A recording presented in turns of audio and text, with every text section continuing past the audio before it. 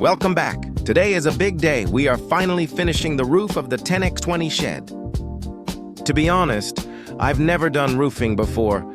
I thought it should be quick and easy. However, I was completely wrong. I followed all the standard steps, from the OSB boards to the underlayment and shingles, but almost every single step threw a new challenge at me. Whether it was aligning the heavy boards solo or figuring out the shingle pattern, it took much longer than I anticipated. From the boards to the shingles, it was a massive learning curve. I'm not an expert yet, but this roofing tour taught me so much through trial and error. The first tip I want to show is safety first. Any roofing work should prioritize your safety. Any tiny injury will ruin all the following plans. You can see I installed a support bar on the OSB. This gives me a solid place to brace my body so I don't slide down while I'm working. Whenever you climb up and down the ladder, always check your supporting points and climb carefully.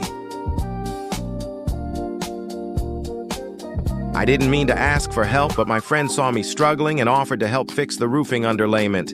Having an extra set of hands made a world of difference. Here are 2 tips for you. First, make sure your upper layer of underlayment overlaps the lower layer. This ensures water runs over the seam, protecting your OSB from rot.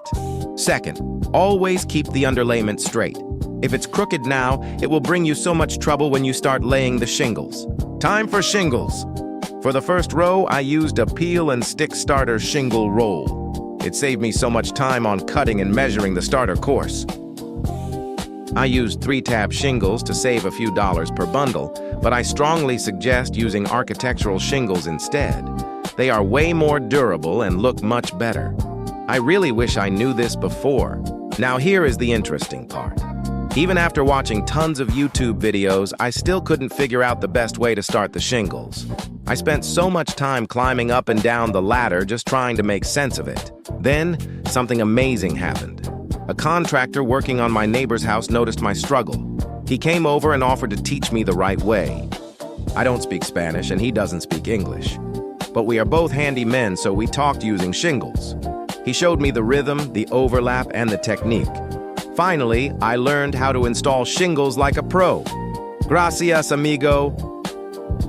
See? I sped up a lot. Once I got the rhythm down, it was like a different game. I just realized that the best way to learn a thing is to simply do it. YouTube is great, but the real teacher is the hammer in your hand. After several rows, I even got my own rhythm and sped up again. It's an amazing feeling when everything finally clicks. To save some budget, I chose to use a hammer and nails for all the shingles. This was a really dumb idea. I had no idea how many thousands of nails I'd have to hit for a 10x20 roof.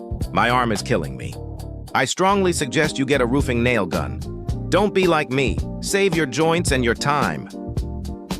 I could finish it with a nail gun in one afternoon, but it took me 2.5 days.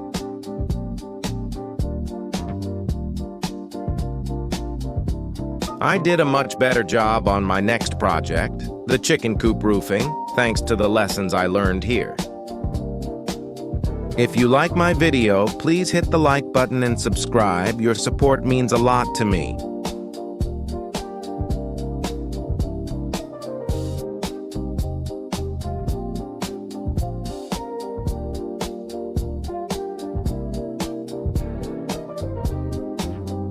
The roof is done.